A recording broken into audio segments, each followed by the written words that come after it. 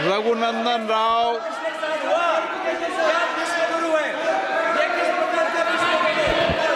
माननीय अध्यक्ष महोदय, फाइनेंस बिल के ऊपर बात करने का मौका दिया, मैं बहुत बहुत आभारी हूँ आप। माननीय प्रधानमंत्री श्री नरेंद्र मोदी जी के नेतृत्व में हमारा फाइनेंस मिनिस्टर श्री निर्मला सीतारमण जी ने 24 का फाइनेंस बजट रखते हुए इस देश के युवा के लिए, इस देश को आगे बढ़ाने के लिए, स्किल डेवलपमेंट के लिए, अनएम्प्लॉयमेंट को दूर करने के लिए मोर ट्रांसपेरेंसी के साथ ये बजट को लाया है। ये बिल में जो कॉर्पोरेट टैक्स के बारे में बार बार हमारा सांसद लोग बात कर रहे हैं, उन लोगों को मैं ये बताना चाह रहा हूँ, we brought transparency in the income tax wing and as well as in the other departments also, due to which the persons, those who respect the government, has been increased and the number of taxpayers strength has been increased in this country. Such a transparency has been brought in the income tax department, and a person who is filing the income tax don't know where and who is scrutinizing his income tax papers, and the officer also don't know where does the application came from. Such a type of transparency is brought in the income tax system, so the persons, those who are the taxpayers number has been enormously increased in this country. This clearly shows the people of this country are showing the confidence on the government which is led by the Honorable Prime Minister Shri Narendra Modi ji. माननीय अध्यक्ष महोदय, हमारा तेलंगाना राज्य में बार बार इसके पहले जो सरकार था, टीआरएस सरकार, या जो सरकार 6 महीने के पहले गवर्नमेंट में आया था, वो सरकार, ये दो सरकार, कांग्रेस की सरकार ही होने दो और टीआरएस का सरकार होने दो, कभी भी स्टेट में कुछ अच्छा हुए तो उन लोग करे बोलते, अगर कुछ बुरा हुए तो वो सेंटर के ऊपर डालने के लिए कोशिश करते रहते।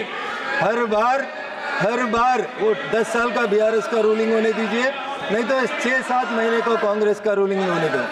कोई भी एक बात, कभी भी कुछ राज्य के लिए केंद्र सरकार ने कुछ अच्छा करता, उस अच्छा चीज़ के बारे में इन लोग कुछ भी नहीं करता, बार बार बदनाम की पॉलिटिक्स करना है, उसके अलावा कुछ भी नहीं कर रहा है।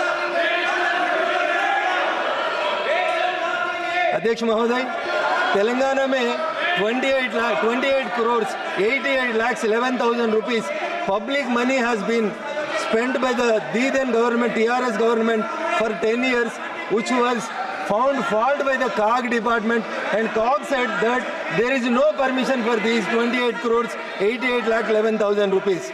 Even if you come to the Pradhan Mantri Awas Yojana, the central government has given Pradhan Mantri Awas Yojana like other states to the Telangana also. Under the scheme of Pradhan Mantri Awas Yojana, the central government is giving the money, and the KCR says he is giving in the name of 2 BHK, but unfortunately they never say that the central government has given the money under Pradhan Mantri Awas Yojana. Now the new government, which is headed by Congress party and Mr. Revanth Reddy, they are saying that they are going to give Indiramma houses, but they are also not saying that this money is being given by the Honorable Central Government under the leadership of Narendra Modi ji for Pradhan Mantri Awas Yojana. At least he says that we want to correlate the money of the Pradhan Mantri Awas Yojana with Indiramma houses. Like this, the so many schemes which were given by the central government and the money is being dispersed. Earlier it was under the UPA rule, there was only 32% of the devolution of funds was there. But now it has been increased to 42%, but no one is saying that the states are getting 42% of the devolution of the funds. उसमें भी कैसा कम करके बताने के लिए कोशिश करता।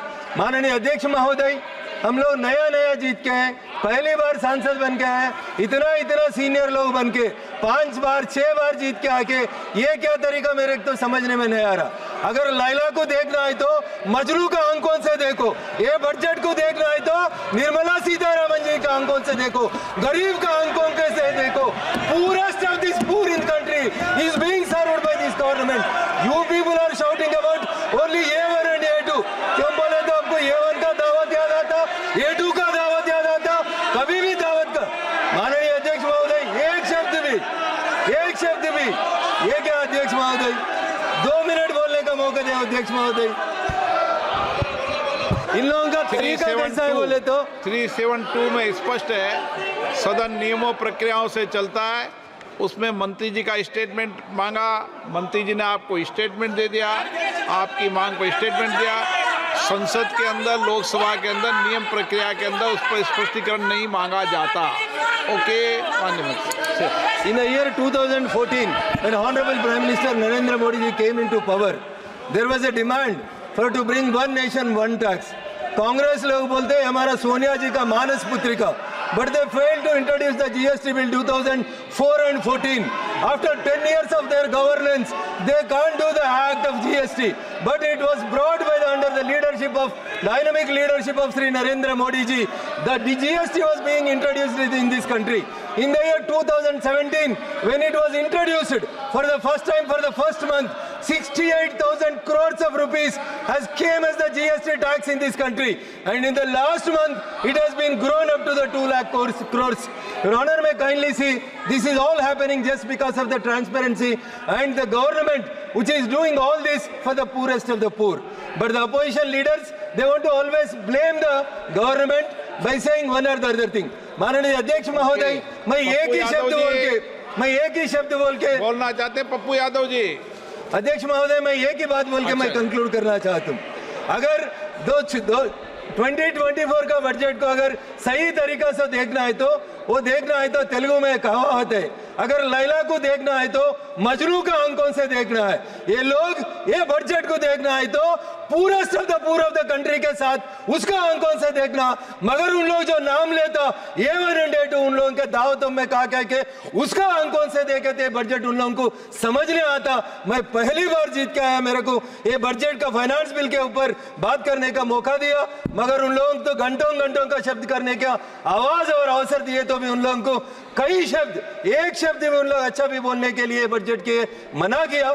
मगर मैं पहली बार आया तेलंगाना से, जहां टीआरएस और बीआरएस और कांग्रेस पार्टी ने पैसा केंद्रीय सरकार से लेता और बदनाम हमारे को करता।